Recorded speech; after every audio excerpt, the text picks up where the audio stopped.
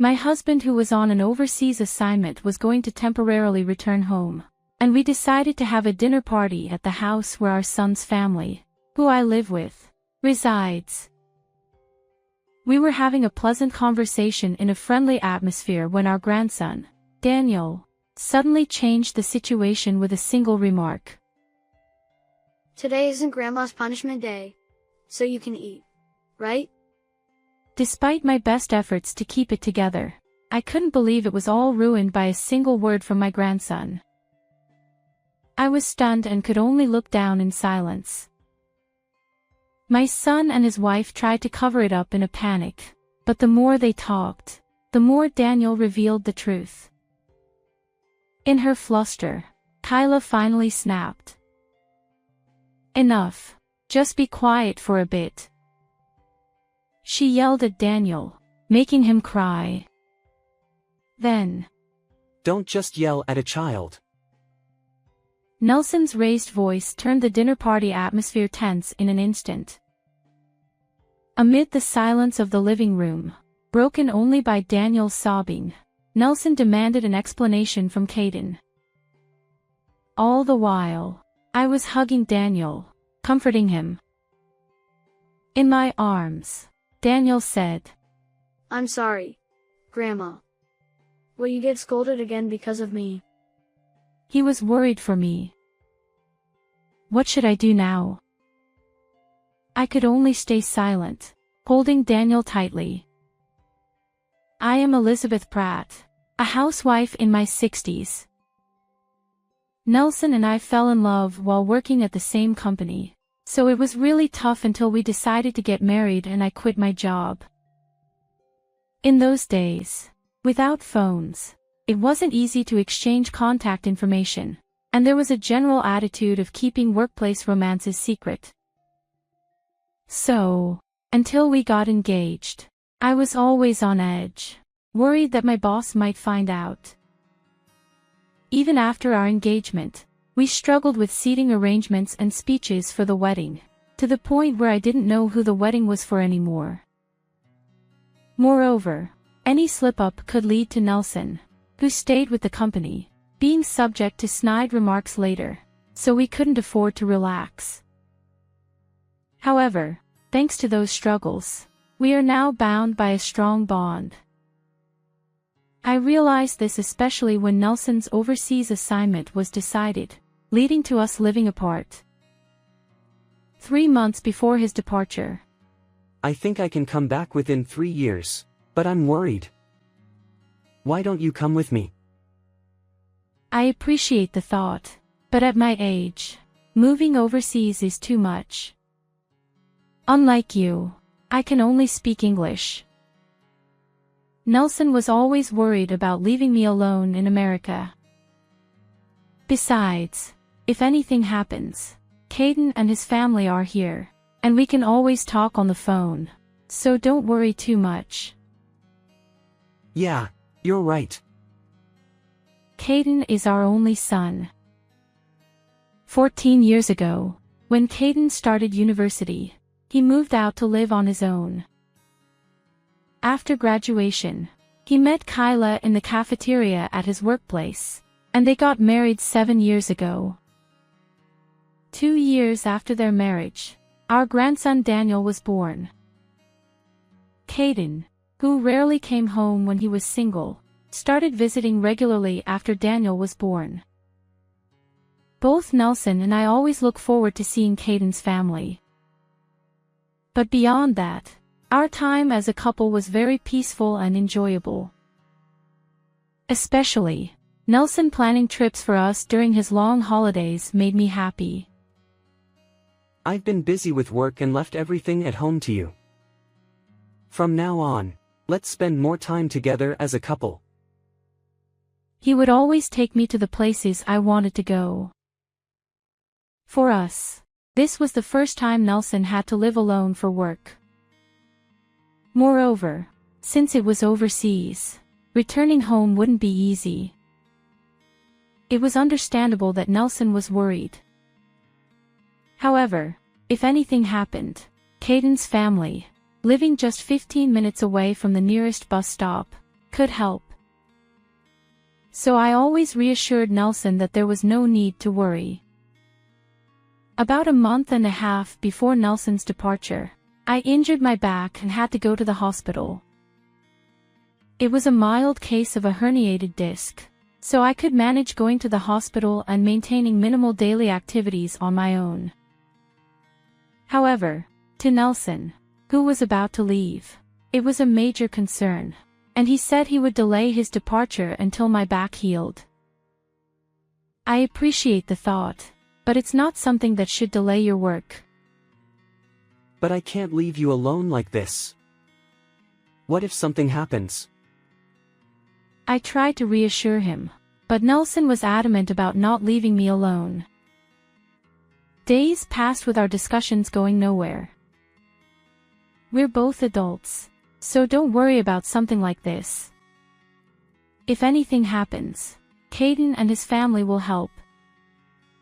As usual, I was trying to convince Nelson. Then, he had a flash of inspiration and said, Caden. That's it. Let's ask if you can live with Caden. Ha! Nelson immediately called Caden and explained my back situation and his overseas assignment. After hearing the story, Caden said, I understand. I'll talk to Kyla, so give me a moment. He then hung up. I thought it was impossible for them to agree to such a sudden request to live together. However, Caden's answer was completely opposite to my expectations. Kyla agrees too. It's only for about 3 years, right? That's no problem at all. I see. That's a relief. We should thank Kyla soon. Caden, take care of your mom. So, I ended up living with Caden's family, pushed by Nelson. Caden's wife, Kyla, worked as a chef in the same company cafeteria where she met Caden.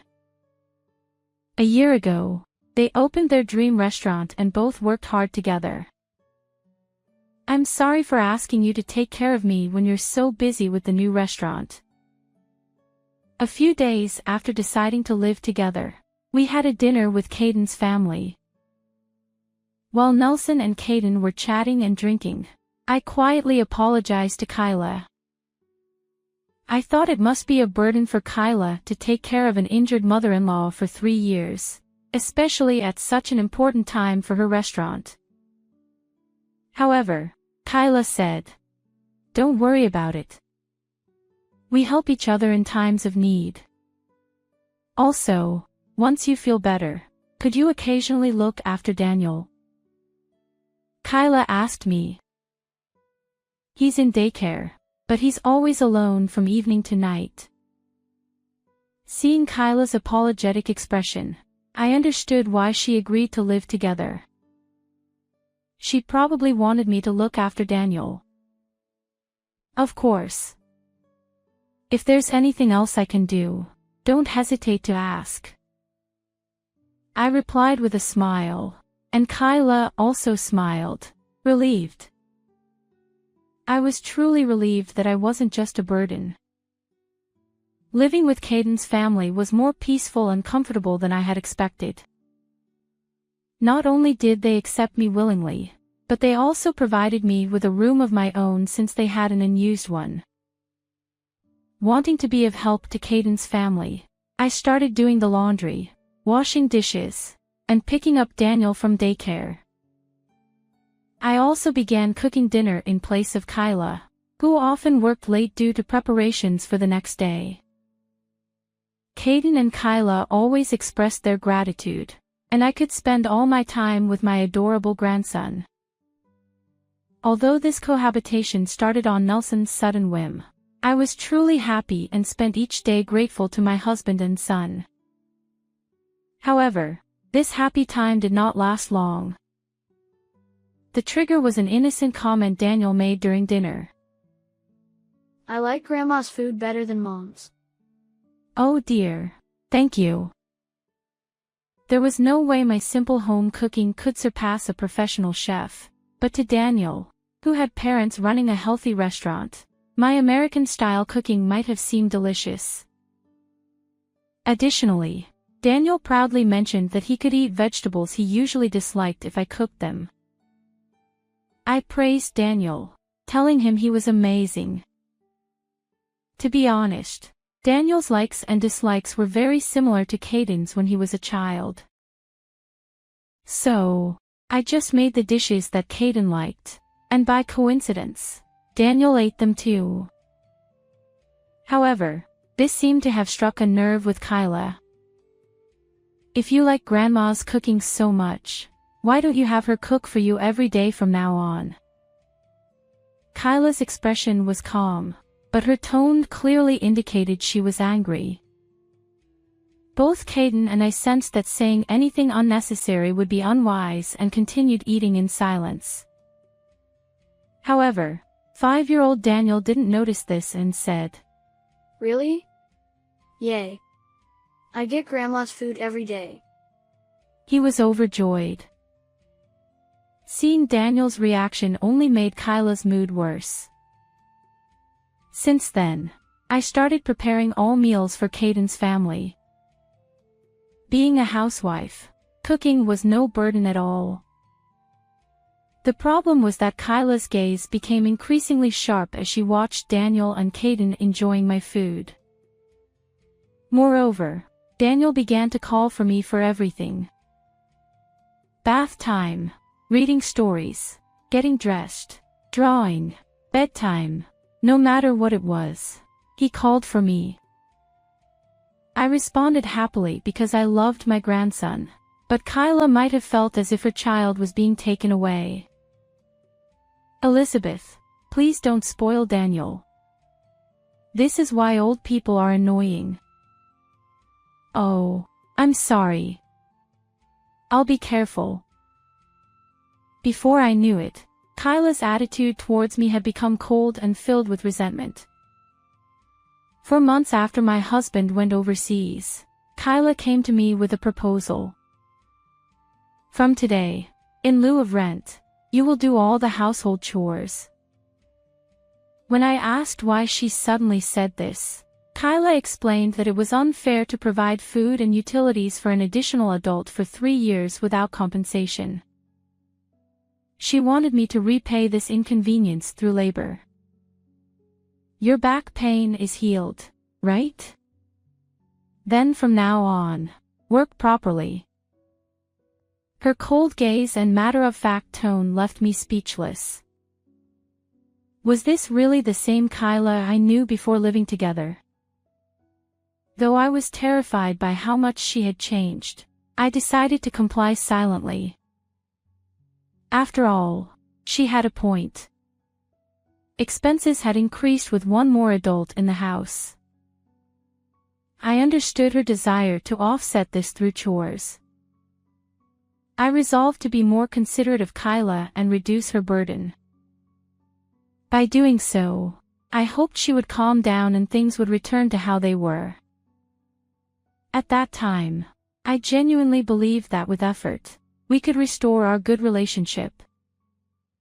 However, this hope was soon shattered. When I folded the laundry, I was scolded for doing it poorly. When I washed the dishes, I was berated for doing it badly.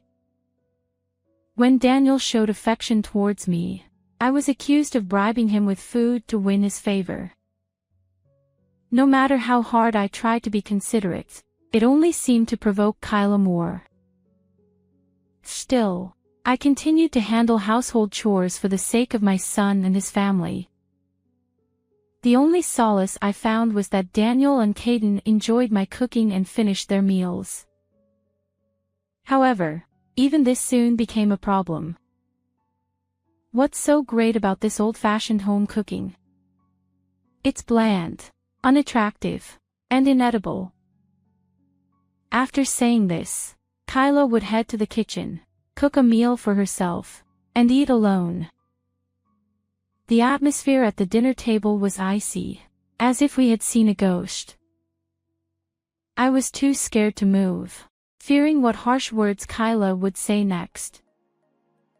Daniel, sensing the tension, lost his appetite and left his meal unfinished. When dinner ended and I stood up to clear the dishes, Kyla called out in a cold, low voice. "Elizabeth, sit down for a moment." Dreading the reprimand, I sat back down and cautiously looked at Kyla's face, which was more hostile than ever. "I'm a professional. When I cook, it incurs a cost. Do you understand?" "Yes, I understand." I forced out a response. "Since you made me cook outside of work, you need to be punished." The word punished sent a chill down my spine. What more could she do when I was already feeling so broken? With my fingers growing cold and clammy with sweat, I waited for her words. Kyla twisted her mouth into a sneer and said, "No food for you tomorrow," before leaving the living room. I was momentarily stunned by the lack of insults or verbal abuse. Is this really all? I had never experienced such a light punishment, which made it all the more frightening. The next day, when I actually went without food, I quickly understood the severity of this punishment. Even when I felt faint with hunger, I wasn't allowed to rest from household chores. Moreover, I still had to prepare meals for Caden's family, my stomach constantly rumbling. Running errands became a battle against fainting from hunger. I began to think that enduring her insults at home was far better than this. Such punishment occurred 3 times a week. Caden, who could have been my only ally, was too busy appeasing Kyla to be of any help. In fact, he had recently started joining Kyla in berating and exploiting me. The only consolation I had was my grandson Daniel, but even that was restricted since Kyla would scold him if she saw him being kind to me. I had to limit my interactions with Daniel to the bare minimum. The room that was meant for me had turned into a storage space, leaving no place to stretch out and sleep. I had become less than a burden. I often thought of returning to my home to escape this treatment. But the thought of my husband worrying about me overseas kept me from acting on it. At most, it would be 3 years. If I could endure, everything would be fine. Living in constant fear of Kyla's anger, I continued my hollow existence. A little over a year after my husband went overseas, one day he called. "Hi, Caden.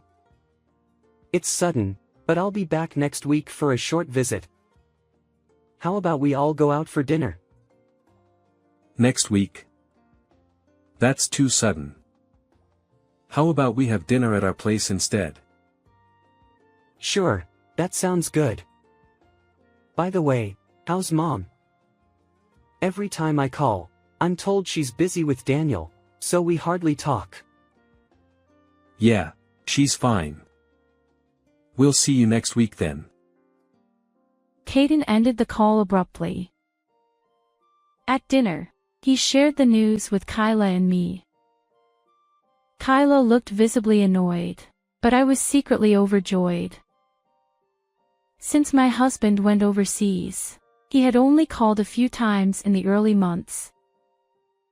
I thought he was too busy to call, but I had been very lonely. On top of that, Kyla forbade me from calling him, so I could only wait for his calls. I worried about whether he had any injuries or illnesses, or if he was overworked. Next week, I could finally confirm these worries. I felt a surge of life returns to me. However, seeing my excitement, Kyla became furious. What's with that happy face? Are you implying I'm the bad guy here? What? No, I never said that. Shut up. Don't talk back. You're being punished again today. Confused and upset, I was denied food once again. For the week leading up to my husband's visit, on top of household chores, I was forced to help with the restaurant's preparations and distribute heavy flyers. Don't come back until you've handed out all the flyers. She would kick me out of the house. The treatment was harsher than ever, and I was on the verge of collapse daily. What had I done to anger her so much? Too tired and hungry to figure it out, I spent each day even more careful around Kyla. Finally, the day of the meal with my husband arrived. I prepared his favorite dishes and waited for him at the entrance. Elizabeth. I missed you. You've lost weight and look pale. That's not true. You look exhausted too. His sharp observation made me nervous. The past week had been so punishing that I was truly on the brink of collapse. But I tried to hide my poor condition so as not to worry him. Still, my husband's concern deepened as he continued questioning. I've been calling regularly, but you never answer. Has something happened here? What? Regularly? Since when? Since I went overseas, I've called twice a month. I was always told you were busy with Daniel. I had no idea he had been calling so frequently. As I stood there in shock, Caden and Kyla emerged from the house. They greeted my husband with smiles and led him to the living room. Daniel, waiting there, excitedly ran to my husband, who was delighted to see his grandson after more than a year. This heartwarming scene made me momentarily forget our conversation at the entrance. Soon, Kyla announced the start of the meal. As everyone took their seats around the table, enjoying the cheerful atmosphere, I found myself standing alone a little distance away, out of habit. Noticing this, Kyra called out to me in a flustered tone. Elizabeth, what are you doing? Please sit down quickly. Startled, I hurried to sit down. My husband watched this scene with a curious expression. If I make another mistake, I might suffer more severe punishment later. With that thought in mind, I decided to focus on assisting my husband by serving food and drinks. Thanks to this, the meal continued peacefully without any further incidents. Just as I began to feel relieved, Daniel, my grandson, remembered something and spoke up. Hey, Grandma doesn't have punishment today, right? It's good she can eat. Daniel's cheerful smile caused Kyra and Caden to turn pale, their hands and shoulders trembling, their eyes darting nervously. Anyone could see something was wrong, but they forced smiles and desperately tried to cover up Daniel's words. The more they talked, the more Daniel, oblivious to the situation, kept speaking the truth. Panicking, Kyra finally snapped. Just be quiet for a bit. She yelled, causing Daniel to burst into tears. Seeing this, my husband raised his voice in anger. Don't shout at the child like that. The pleasant meal instantly turned tense. In the now silent living room, only Daniel's crying could be heard. My husband, with a voice lower and heavier than I had ever heard, demanded an explanation from Caden. I spoke to Elizabeth earlier, and she said she didn't know about the bi-monthly calls. What's going on? Well, that is. I mean. Facing his father's stern demeanor for the first time, Caden was visibly shaken. My husband's persistent questioning led Caden to confess everything about their treatment of me. Throughout this, I held and comforted Daniel. Despite fearing more scolding from Kyra later, I couldn't leave my sobbing grandson. Sorry, Grandma. Will you get scolded because of me? I gently stroked Daniel's head. Don't worry. Daniel, you did nothing wrong. I reassured him as best as I could. After about 10 minutes of questioning, my husband, overwhelmed with disappointment, buried his head in his hands. Discovering that his son and daughter-in-law had been mistreating his wife was hard to believe. Adding to his distress was the fact that he had proposed the cohabitation and had supported the restaurant's opening. The shock was immense. I trusted you both, which is why I supported Elizabeth living with you and helped with the restaurant funds. What were you thinking? After pondering for a while, my husband suggested ending the cohabitation. He also demanded the immediate return of all the living expenses he had sent during this period. Hearing this, I was shocked. What? Wait a minute. What living expenses? You didn't know about that either. Seeing me shake my head, my husband looked even more dejected and glared at Caden and Kyra. According to him, when the cohabitation was arranged, it was agreed that he would send $300 monthly for my living expenses.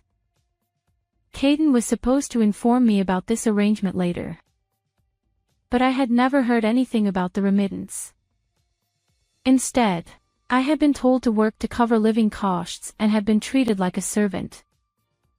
Upon learning this, my husband, in a steady and grave voice, demanded Caden return all the money. All of it. The restaurant funds and the living expenses. Return everything. Hearing this, Caden and Kyra turned pale and began apologizing, even bowing down to my husband. Kyra explained that despite 2 years since opening, the restaurant had been struggling, which fueled their resentment toward me for living comfortably with Daniel. Caden admitted to keeping the remittance for themselves and preventing my husband's calls to hide their actions. Although they apologized and promised to change, my husband's anger did not abate. He took me back to my family home and, during his short stay, retrieved all the money he had given Caden and Kyra. Before his departure, he arranged for me to stay at a business hotel, ensuring my safety until he could return from overseas. I'll arrange to come back to the US soon. The hotel staff will keep you safe until then. Though I felt staying at home was enough, I agreed, not wanting to worry him further. Hotel life proved to be comfortable, and my health and spirits improved remarkably. In less than a month, my husband returned. The hotel bill was staggering, but he was relieved to see me looking healthier. I felt profoundly grateful to have such a caring husband. Back home, Caden and Kyra frequently visited, pleading for more financial support. However, the trust once broken could not be restored. Their restaurant, struggling even more, eventually closed within 2.5 years. Their dreams shattered, and their marriage fell apart. Kyra left, taking only her belongings, leaving Caden with their son, Daniel. Caden, now burdened with debt and child-rearing, turned his life around, finding a new job and working hard. To support him, I began caring for Daniel again. Though we provided no financial help, I took care of Daniel when Caden worked late. Daniel, soon to be a primary school student, proudly showed off his new backpack. Look at this backpack. It's so cool with this gold part. Thank you, Grandpa and Grandma. Watching Daniel, full of pride, always brought me joy. My husband and I look forward to supporting Daniel and hope Caden finds a kind and compassionate partner.